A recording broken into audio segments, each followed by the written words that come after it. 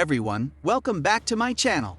Today, we will talk about Russia damaged the second MQ-9 Reaper. Before watching the video, please like, comment, and subscribe my channel. A Russian fighter jet severely damaged an American drone in the skies over Syria earlier this month, marking the second such incident this year. The fighter released a stream of burning hot flares in the path of an unmanned MQ-9 Reaper, indicating how automatic, push-button warfare can make it easier to open fire on a target and potentially dramatically increase the odds an armed incident could spiral out of control. So we asked an expert to weigh in. Is drone warfare becoming too much like a video game, psychologically removing soldiers from their actions? Or is it an example of technology's ability to reduce human casualties? The incident took place over Syria, where the MQ-9 Reaper was performing overwatch duties for U.S. troops participating in Operation Inherent Resolve.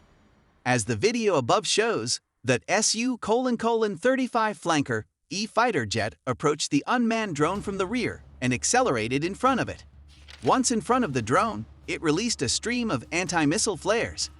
The hot burning flares, designed to lure away infrared-guided missiles, severely damaged the Reaper's rotors.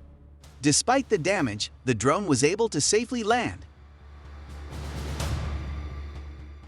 The multi-role Su-35, Russia's newest operational fighter jet, was also carrying a pair of Vympel NPO R-77 long-range air-to-air missiles.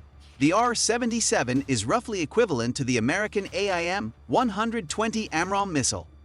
The aircraft was also carrying a pair of unidentified missiles on its wingtips, locations typically reserved for the R-73 infrared-guided missile. The R-73 is roughly equivalent to the American AIM-9X Sidewinder missile. Low escalation risk. The Pentagon's fleet of surveillance drones has taken a beating. In 2019, Iranian Air Defense shot down an RQ-4 Global Hawk drone operating in international airspace. In March 2023, a pair of Su-27 flanker fighters flew past another MQ-9 Reaper over the Black Sea.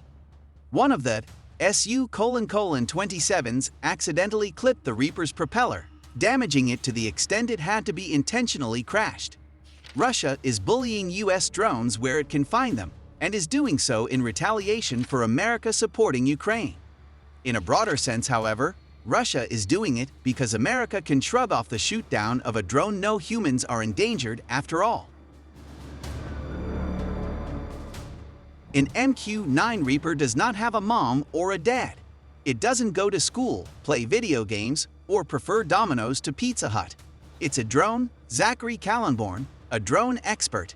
If a state loses a drone, there is no great public outcry to rescue a lost brother or sister. So drones are both easier to deploy and easier to destroy. Push-button warfare. In the modern world, death is dealt with the flip of a switch or the press of a button. The weapon system, be it a missile, remote-controlled gun, or drone, then opens fire on the target, eliminating it. That's a far cry from warfare during most of human history, when killing involved cutting, smashing, or pounding the enemy with your bare hands. The psychological implications of drone warfare are far from clear and hotly contested. Once humans started using tools, the tools became more sophisticated, and the killing became more removed from the killer. It's easier to pull the trigger of a gun than to swing a knife, and it's easier to press a button than it is to pull a trigger. The operators of armed drones are even more removed from the action. In Afghanistan, drones like the MQ-1 Predator and MQ-9 Reaper were often operated from as far away as Nevada, thousands of miles from the combat zone. But does that physical distance translate into psychological distance? The psychological implications of drone warfare are far from clear and hotly contested, Kallenborn explains.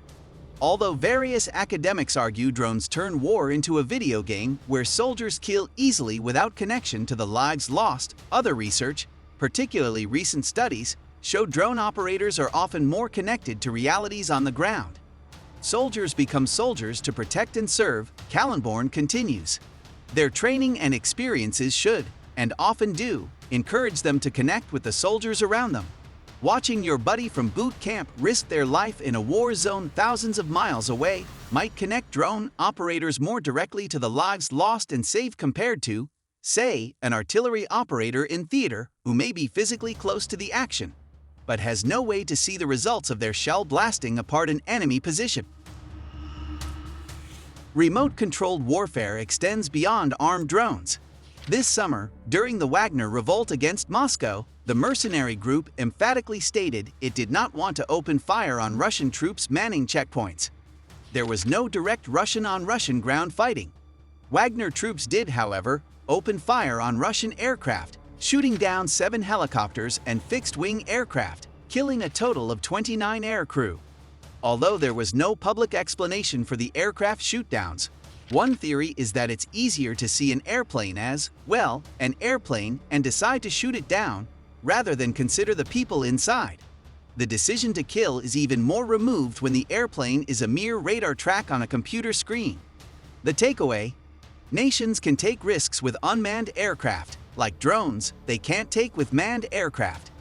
That cuts both ways though, as adversaries are more likely to open fire on unmanned aerial vehicles. But, as the Wagner mutiny might show, even vehicles with humans inside can be psychologically easier to fire on if technology reduces them to targets. So that is it, guys, for my today's video. I hope you enjoy. Thank you very much for watching.